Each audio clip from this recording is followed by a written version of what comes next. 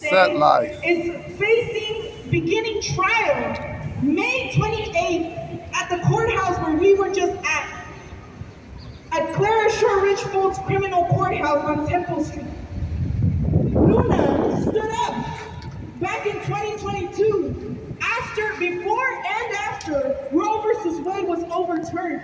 She, along with others, stood up in political nonviolent civil disobedience, and now she is prepared. Give it up!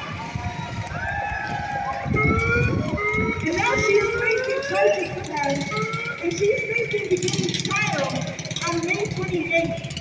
Noche Diaz, who is our national spokesperson for the Red Cross Corps in Chicago, was arrested.